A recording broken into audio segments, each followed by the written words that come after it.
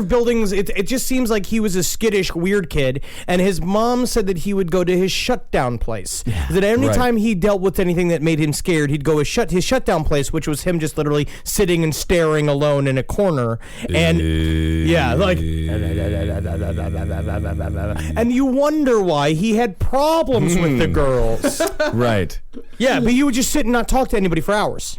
Yeah. But, I mean, this makes sense, and it's very common with people with elevated intelligence, especially in Illinois and the Midwest in general. Everyone's just talking about the Bears or the Packers or random meats, and he wants to discuss intellectual things. But you discover all the time. You see that all the time. A kid who's really smart oftentimes will get in a lot of trouble as a kid because they're getting really bored. And then, he's probably bored with everything around him. And according to David Kaczynski, what he was saying, his mom treated him with a certain amount of, preciousness. Of just being speak like an elevated human being, Do we have an indigo situation? Use a better accent. Is this than the an other indigo situation? Do we have an indigo child? It very might be. I mean, but Kaczynski also said himself that his mom verbally abused him quite a bit. Didn't have any physical abuse, but he could be an indigo kid because he was a mite bit sensitive. He's a bit of a bitch. Every time I would assume so. Everything that he does, you'll see all these episodes come out of him pouting because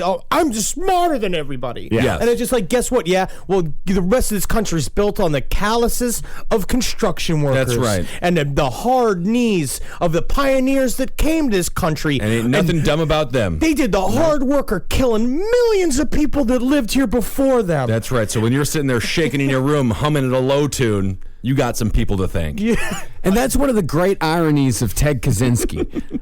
One of the great ironies of Ted Kaczynski is that this is a man that, talked about how technology was ruining society, how the industrialization was ruining society. But this is the exact type of guy that would have benefited from technology. Absolutely. He's the guy that is able to survive in this world. If the technology that we have today existed back then, he wouldn't have been in a cabin shitting in a bucket. He would have got on the internet when he was 14 and maybe would have found some weird friends. Probably would have got on 4chan a lot.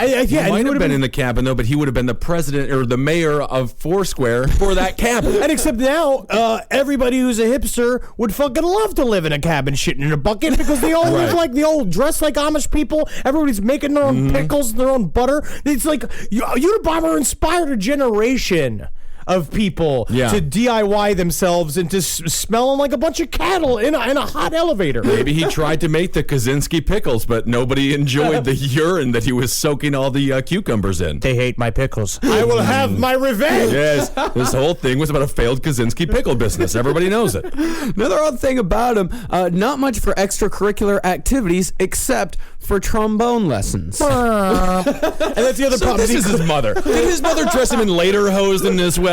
But he was also in the math club, and math club is built I was in the chess club at the time in high school. But it was me, two Indian kids, a guy with headgear, braces, and a fat girl, and we had a great time. Yeah. And I could have finger choked that fat girl anytime I wanted back in the day. Yeah, that's how you make friends. Right. You go to like-minded people. But you don't think that he was connecting to people in the math club? No, he would cut classes. He would go back to his house. He'd write in his journal all day. Right. He'd become obsessed with mathematics. And at the age of 15, he graduated high school. And at the age of 16... They say it skipped him ahead so far, which is also, again, it's not a good thing to do for your kids. I don't think that's good at all. Yeah. No, because all you're doing is elevating their sense of importance. Basically, well, you're doing that, but also he's emotionally, he's not a... He should not.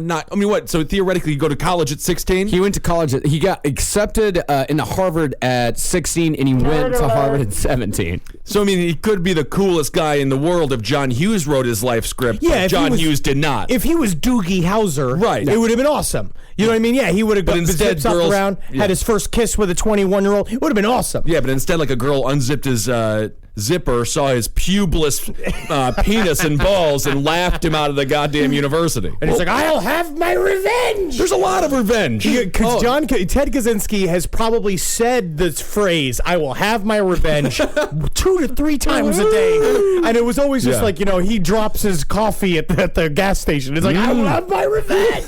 Well, I can just get you another cup of coffee, Mr. Kaczynski. I will have my revenge. How about another cup of coffee? Well, instead of a girl pulling down his pants and finding that he has no pubes. Instead, he ran into what you could consider to be a very evil man, a man named Henry Murray. Now, this is all true. This is all 100% Which true. is very interesting, because also when you hear about this time period in his life, when he was at Harvard, they said that he was a very, I think could connect to what we're about to talk about. That he was a very maladjusted, had a hard time making friends. They said that his... Well, he's 17. What are you doing this weekend, Ted? I mean, you can't go to the kegger. Oh, absolutely. He's not doing anything. But they said his room, again, smelled like sour milk. That's the first mention of sour milk we're going to get from Ted Kaczynski.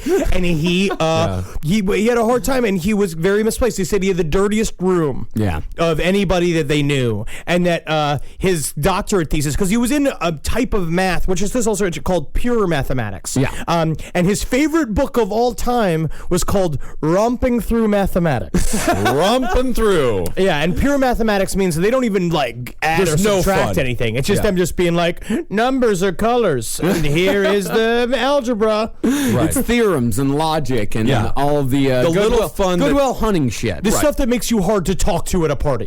Yes.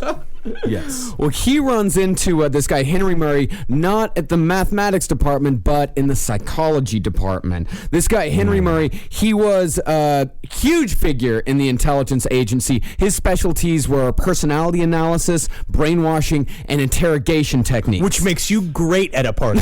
Yeah, that's the Opposite set of thing. skills. Like almost too good at a party. Right. Like all of a sudden people are making you drinks, and then they're like, yeah. you're getting their shoes. You're trading clothes. Make Dave piss himself again. Like, do the thing that you do to make him piss himself. I will do it, and then I will make him join the army. So this guy in World War II, he was a big part of the OSS intelligence All those cryptic agency. motherfuckers, him and Preston Bush all blowing each other while Grace are making fucking... How many arrangements? How many of our fat people were sacrificing to the Grace? Fat people are getting sacrificed now? Absolutely, they love they love the fat people. All right, we'll have to discuss that later. Well, the OSS was the predecessor to the CIA. So he was one of the guys that originally created the evil monster that became the CIA. He was most interested in seeing how much recruits could withstand interrogation, and he designed programs to break down personalities. So what I have here is a special device that I like to call the penis sword. And what it is it's let's call it a tiny sword. And what you do with it is imagine the penis as a wreath for such a tiny sword. Yeah.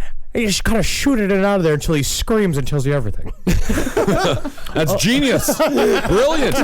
That's the thing. I mean, these people are just sadists, but they're trying to rationalize what they. Well, I think Ted Kaczynski's a sadist and has been trying to rationalize. That's everything. the whole idea, is that everybody's right. From any perspective, you're right. It's not that difficult to get people to feel a lot of pain. Yeah. No, all you gotta do is smash their knees with a hammer. Yeah, that's it. Cut their nostrils with a pair of wire cutters. Literally thousands of ways. Put a bunch of pepper on their feet. Ooh, I kind of like that one. And then I'll lick the feet. Burrito feet. Well, the penis sword probably isn't that far off, because this guy was an advisor during the Department of Defense LSD experiments with Timothy Leary. This is what, because this was back in the day when Timothy, you could have a job. Like Timothy Leary was a true professor, and he before he was a counterculture hero, they were seriously studying LSD, which we probably could use nowadays. I feel like they're trying to make a movement back towards it in psychiatry of using psychotropic substances to kind of mine the brain for it. Because I'll tell you, mushrooms made me a cooler guy. Dude, when I took mushrooms, it changed my entire whole life. Perspective. Yeah. Well, kids like out it did there, the Ted Kaczynski. Yeah, you don't have to take mushrooms to be cool, though. You just have to get out of the math club. Get